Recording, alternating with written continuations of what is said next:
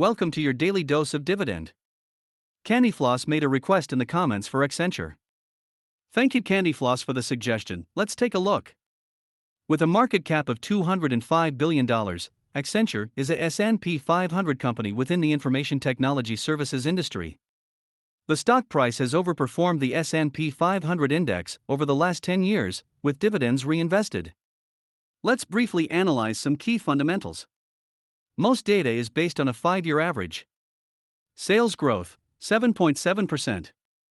Earnings growth, 7.3%. Earnings estimates, 12.69%. Return on capital, 34.68%. Debt to free cash flow, 0.42 years. Share buybacks, no. And now for some dividend metrics. Dividend yield, 1.19%. Payout ratio, 38.21%. Growth rate, 10.41%. Growth years, 1 year. That gives Accenture 6 out of 10 points. Well, that's a mediocre score. You might want to reevaluate this company as a position for your dividend portfolio. Based on historical multiples and future estimates, Accenture is fairly valued. What's your thoughts on Accenture in a dividend portfolio?